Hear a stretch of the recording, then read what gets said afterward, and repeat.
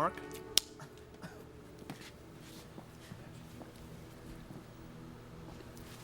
Let me tell you children a ghost story.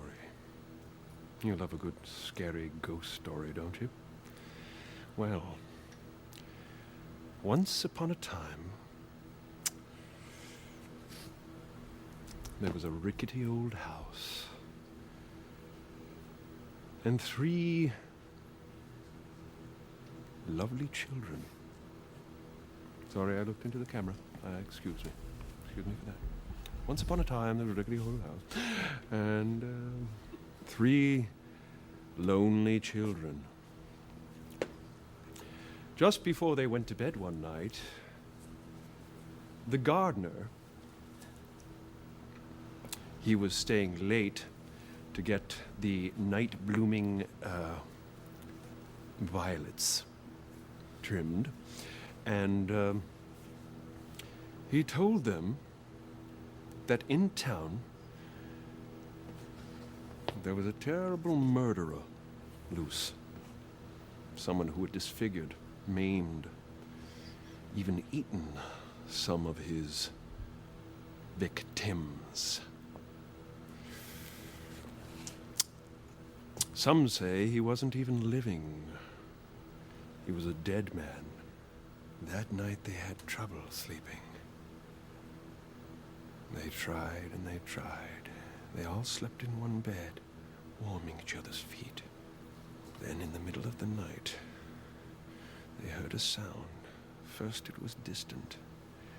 Then it crept closer and closer, dragging a leg behind.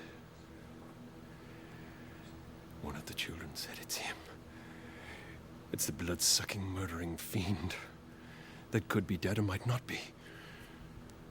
The other said, "Don't be silly. Those such things don't exist." But sure enough, they heard it. Thump, drag, thump, drag, thump, drag. Then just as they heard it enter the upstairs hallway, they saw the doorknob jiggling. Jiggle, jiggly. Jiggly, jiggly, jiggly. Jiggled frighteningly, and then slowly began to turn. And they watched as a dim light from the hallway illuminated their faces upon the bed. And they saw the most hideous face that they had ever seen in their lives. It wasn't the blood-suckering murderer.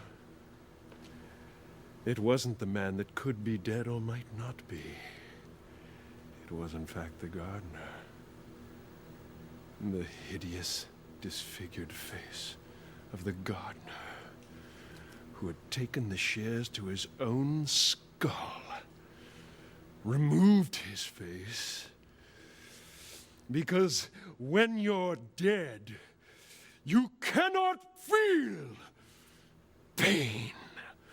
Only the pain of an immortal soul, tortured beyond belief. He crept closer to the bed. The children wanted to scream, but they couldn't scream. They were so terrified. Get that man a hanky.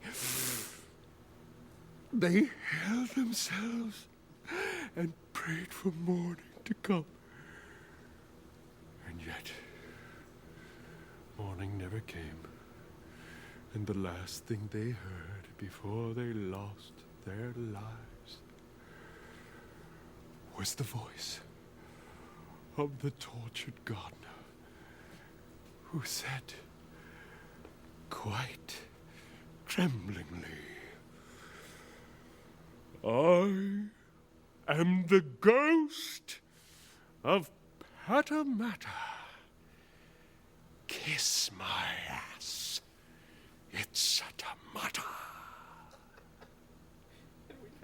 Anyway, go to bed.